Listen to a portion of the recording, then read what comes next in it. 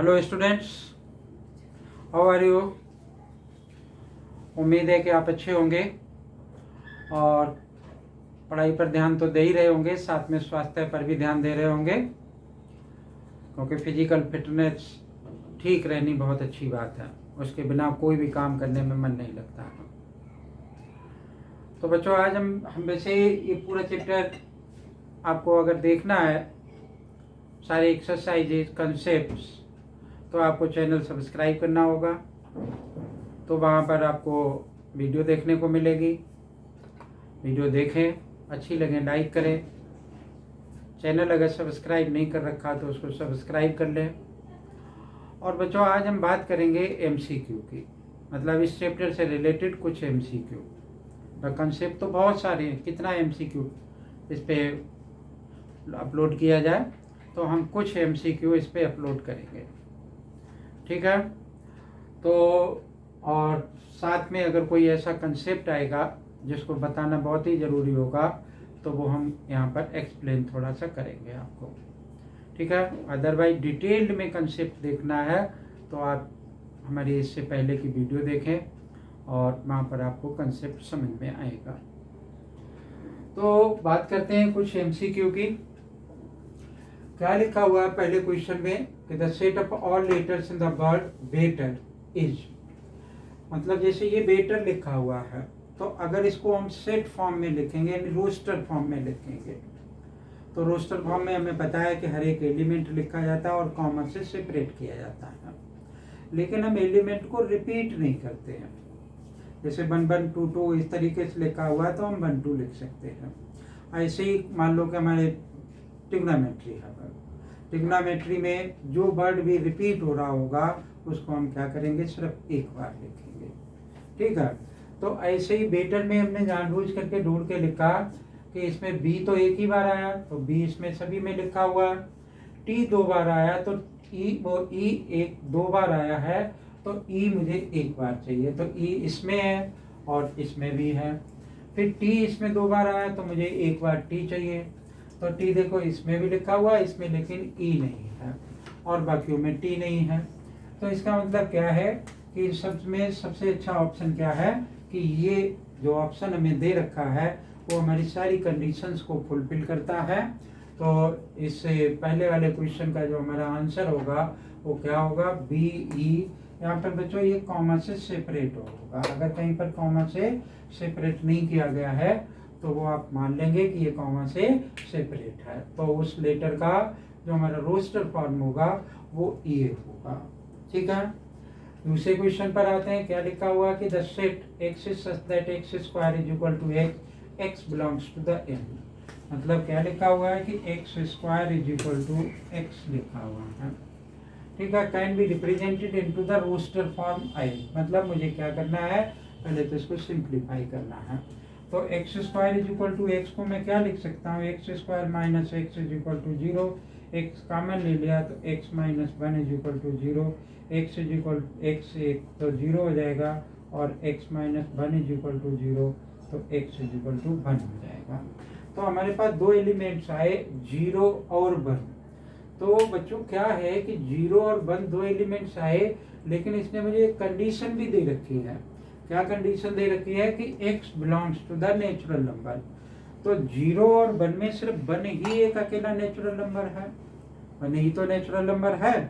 तो इसमें कौन सा ऑप्शन, यानी ये ऑप्शन ऐसा नहीं है कि आप बहुत जल्दी से कि 0 और बनाया और आप फट से इसको टिक लगा दें, ठीक है। ये क्या है कि हमारा ये ऑप्शन ठीक है, करेक्ट है कि 1 ओनली एलिमेंट होगा जो कि नेचुरल नंबर्स को बिलोंग करेगा, ठीक है। तो इसका बी ऑप्शन क्या हो जाएगा, करेक्ट हो जाएगा। थर्ड वाले में देखते हैं क्या लिखा है कि let a is equal to x is such that x belongs to the integer, मतलब x एक इंटीजर है और जिसमें a बराबर क्या मुझे दे रखा है, तो इसको हम यहाँ पर सॉल्व कर लेते हैं और यहीं पर कैलकुलेशन करेंगे। तो देखो ये कह रहा है x is such that x belongs to the integer, यानी x इंटीजर को बिलोंग करता है, ठीक है ना। और क्या दे रखा है कि X square is less then और इक्वल टू 4, तो एक्स इज इक्वल टू हमारा क्या हो जाएगा कि is less then plus minus 2 के बराबर आ जाएगा। दूसरा बी एक सेट दे रखा है, उसमें मुझे क्या दे रखा है, x is such that x belongs to the real number, यानी ये रियल नंबर है।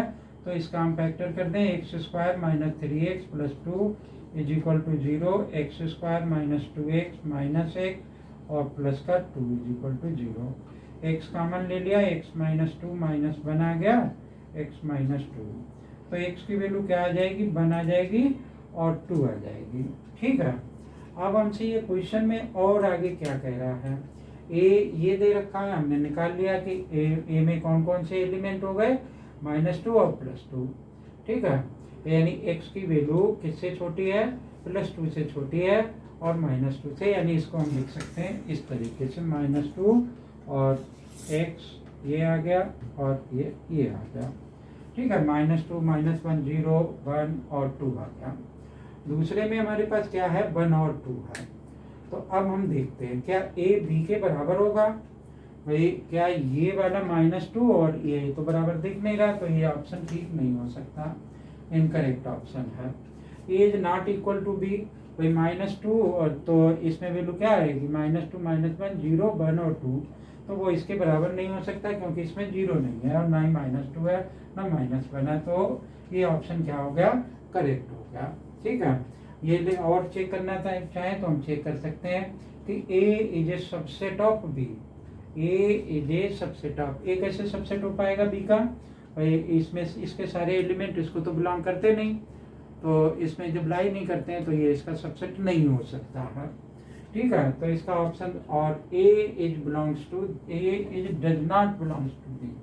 बच्चों जो हमने ये चैप्टर के कंसेप्ट कराया था तो हमने आपको बताया था कि एलिमेंट ही बिलोंग किया करता है, कभी भी सेट बिलोंग नहीं करता है दूसरे को। ठीक है, तो इसका मतलब हमारा क्या हुआ कि ये ऑप्शन हमारा सही ऑप्शन है। यहाँ देखते हैं क्या कह रहा है, A is a subset of B and A is not equal to B. तो अब इसमें देखते हैं कि थोड़ा सा ये कैसे होगा। अगर आपको जैसे एग्जाम कभी होता है और एग्जाम में ये लगता है कि हमसे ये नहीं हो रहा है, तो हम क्या कर सकते हैं कि ए और बी दो क्या मान लेते हैं, दो सेट्स मान लेते हैं, रोस्टर फॉर्म में एग्जाम्पल ले लेते हैं। ठीक है, और फिर हम उससे इसको क्लियर करने की कोशिश करते हैं। अगर आपको प्रॉपर्टी मालूम है तो वेल एंड गुड। तो ये कह रहा है A is a subset of B, मतलब ए के सारे एलिमेंट बी को बिलोंग करते हैं, लेकिन क्या कह रहा है कि ए बी के बराबर भी नहीं है, ए बी के इक्वल नहीं होगा। तो अगर ए बी का बराबर भी नहीं है तो इसका मतलब भाई बी के सारे एलिमेंट ए को नहीं बिलोंग कर रहे होंगे, और ए के सारे एलिमेंट क्या कह रहा है कि ये बी को बिलोंग कर रहे हैं। तो हमारे पास अगर दो सेट्स होते हैं, एक सेट के सारे एलिमेंट दूसरे को बिलोंग करते हैं और दूसरे के पहले वाले को नहीं बिलोंग करते हैं, तो पहले वाला सेट दूसरे वाले सेट का क्या हो जाता है, प्रॉपर सबसेट हो जाता है। ठीक है, तो इसका मतलब क्या होगा, A is called the proper subset of B. तो यही इसका ऑप्शन क्या हो जाएगा, ट्रू ऑप्शन हो जाएगा। A is called the superset of B. Superset क्या होता है भाई, अब बी को हम सुपरसेट कह सकते थे, A is not the superset of B. क्यों, क्योंकि ए के तो सारे एलिमेंट बी में बिलोंग करते हैं, तो ए कैसे सुपरसेट हो जाएगा बी का, बी सुपरसेट हो सकता है ए का। A is not the subset of B, ये कह रहा है कि ये सबसेट ऑफ बी है, तो कैसे नहीं हो सकता, तो ये ऑप्शन इसलिए नहीं। B is the subset of, ये B is the subset of A होना चाहिए, तो यहाँ पर ए लिख लेता हूँ मैं कि B is the subset of A. भाई बी सब, जब ए बी का सबसेट है और कह रहा है ए बी के बराबर नहीं है, तो ये इस कंडीशन को सेटिस्फाई नहीं कर रहा है। तो इसका मतलब हमारा ए ऑप्शन ही क्या होगा, ट्रू ऑप्शन होगा, करेक्ट ऑप्शन होगा। Pause the video and copy it, then we have to write the next question.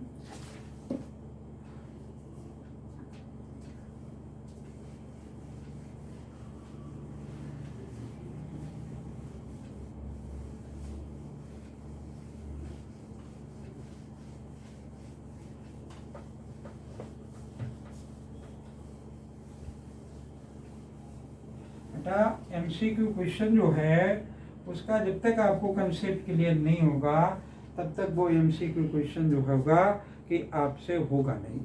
इसलिए कंसेप्ट क्लियर करना बहुत ज़रूरी है।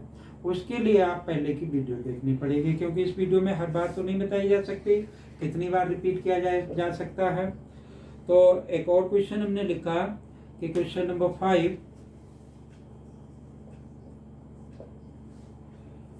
A, B, C are three sets. Let A, B and C are three sets.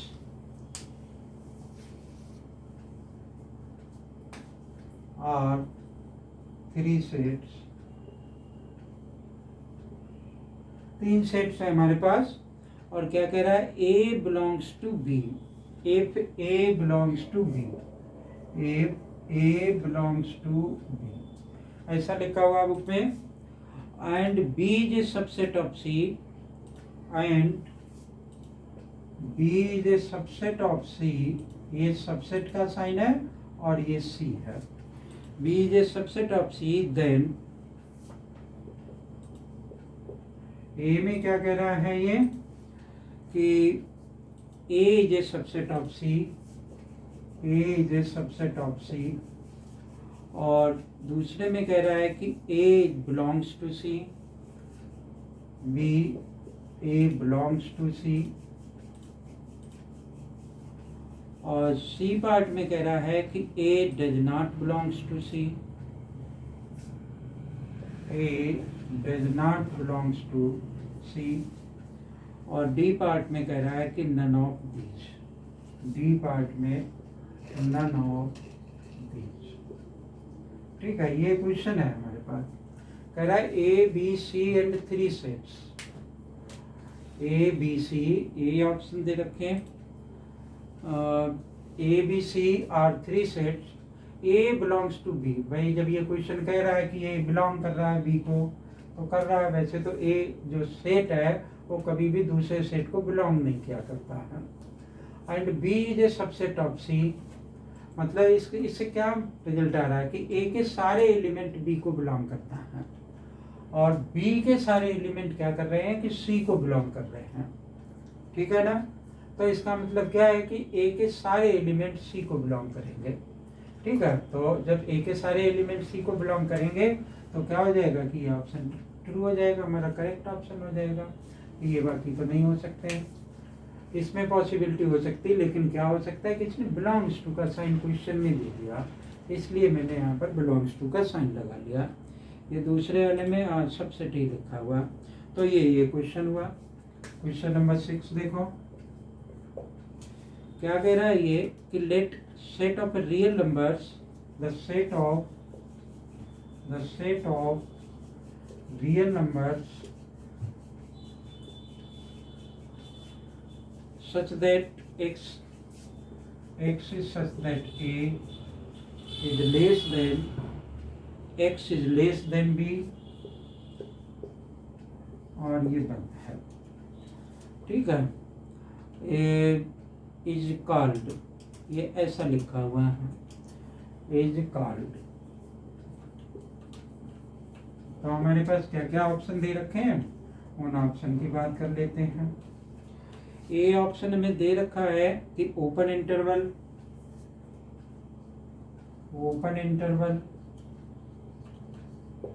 B option में दे रखा होगा फिर closed interval.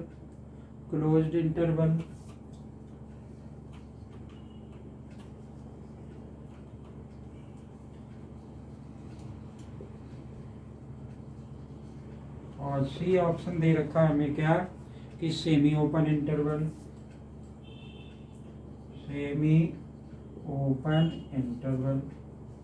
और डी ऑप्शन पे सेमी क्लोज्ड होगा. Semi closed interval.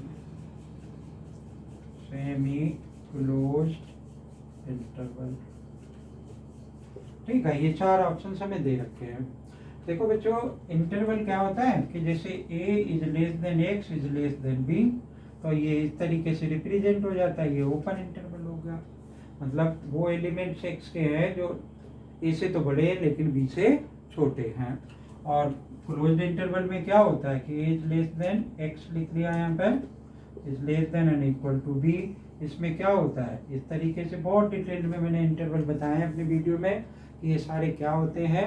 Real numbers के लिए क्या होते हैं, इंटीजर्स के लिए क्या होते हैं, नेचुरल नंबर के लिए क्या होते हैं, सारे बहुत डिटेल में बताए हैं. सेमी ओपन इंटरवल भाई एक तरफ ये आ गया, दूसरी तरफ ये आ गया, और इसमें क्या आ गया, एक तरफ ये आ गया और एक तरफ ये आ गया। ठीक है, तो अब देखो ये जो कंडीशन हमें जो यहाँ पर दे रखी है उनमें से कौन सी कंडीशन सेटिस्फाई कर रही है।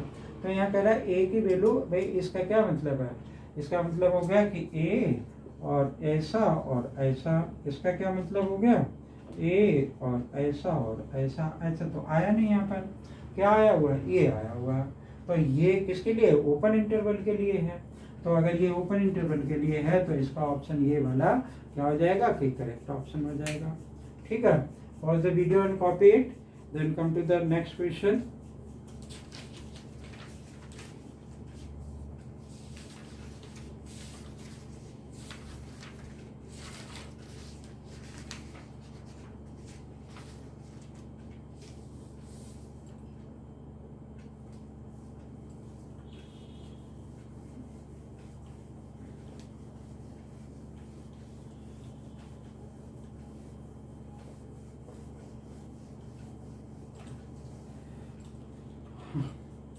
क्वेश्चन हमने लिखा क्या है कि which of the following represent the union of two sets A and B. Question है हमारा सेवंथ कि विच ऑफ द, सेवंथ है या फिर एथ है, जो भी है, विच of the following represent, which of the following represent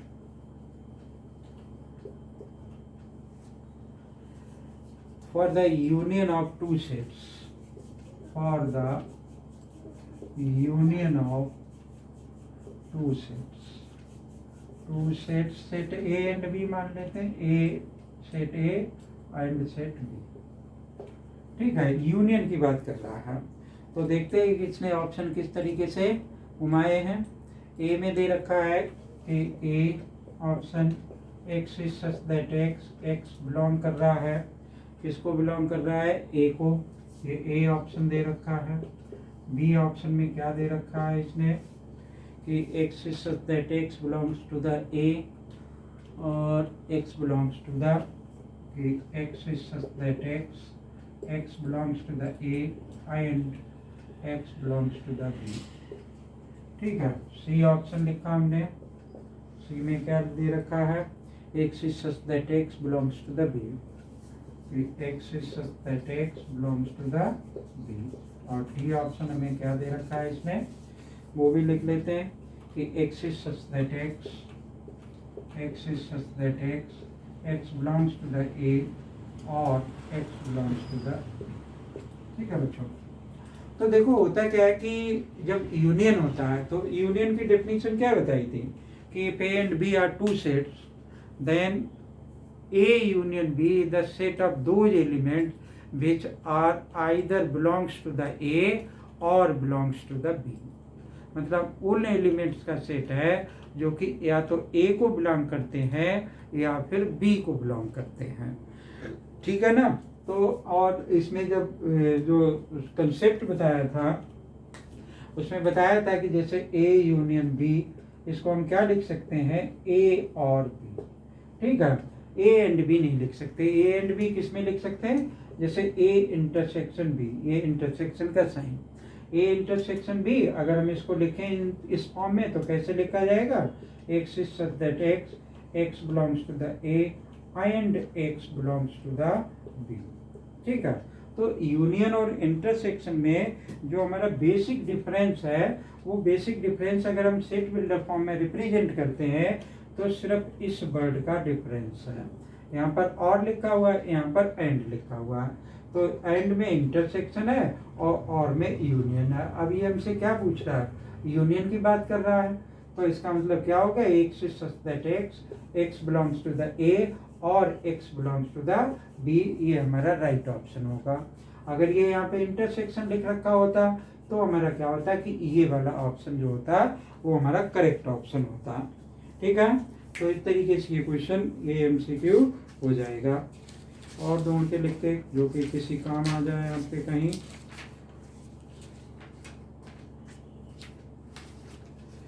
देखो भाई क्या लिखा हुआ है, pause the video and copy it,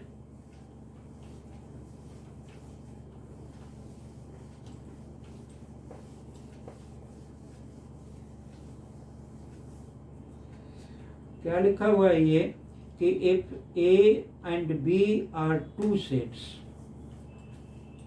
question number ये 8 है, if A and B are two sets, हमारे पास ए और बी दो सेट्स हैं, सच दैट ए इंटरसेक्शन, यानी ए इंटरसेक्शन दे रखा है और क्या लिखा हुआ है A union B, A union B, इस तरीके से लिखा हुआ है, A intersection A union B equal to, equal to,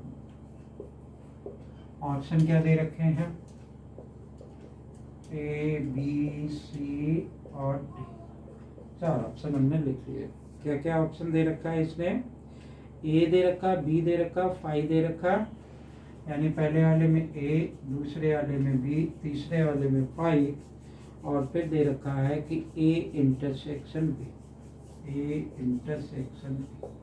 ठीक है बच्चों, ये एक प्रॉपर्टीज है और ये इस प्रॉपर्टी के अकॉर्डिंग इसमें क्या ऑप्शन यही लिखा हुआ है ए इंटरसेक्शन और ए यूनियन बी।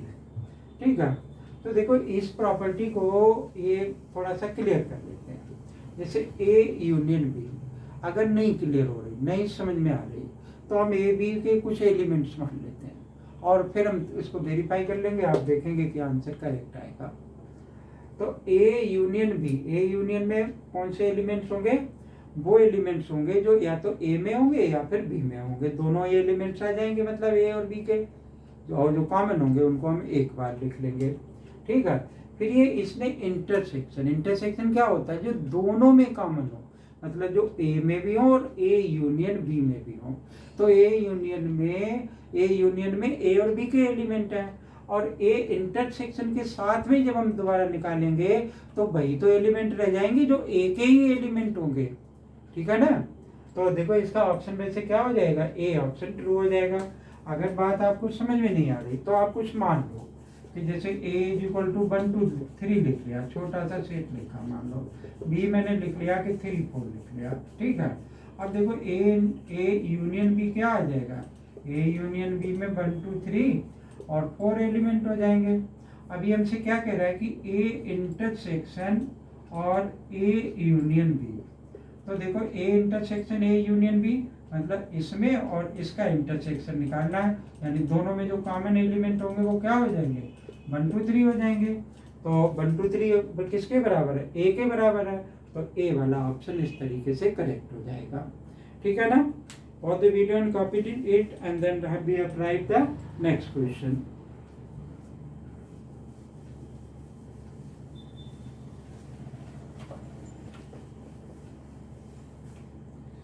क्या कह रहा है नेक्स्ट क्वेश्चन, कह रहा है कि when a is equal to 5, question है ये कि when a is equal to 5 और क्या दे रखा है, then number of elements, then number of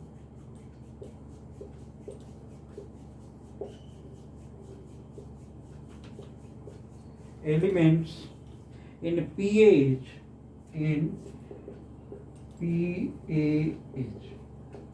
ठीक है, मतलब PA का क्या मतलब हो गया, पावर सेट ऑफ ए, इसमें कितने एलिमेंट्स होंगे।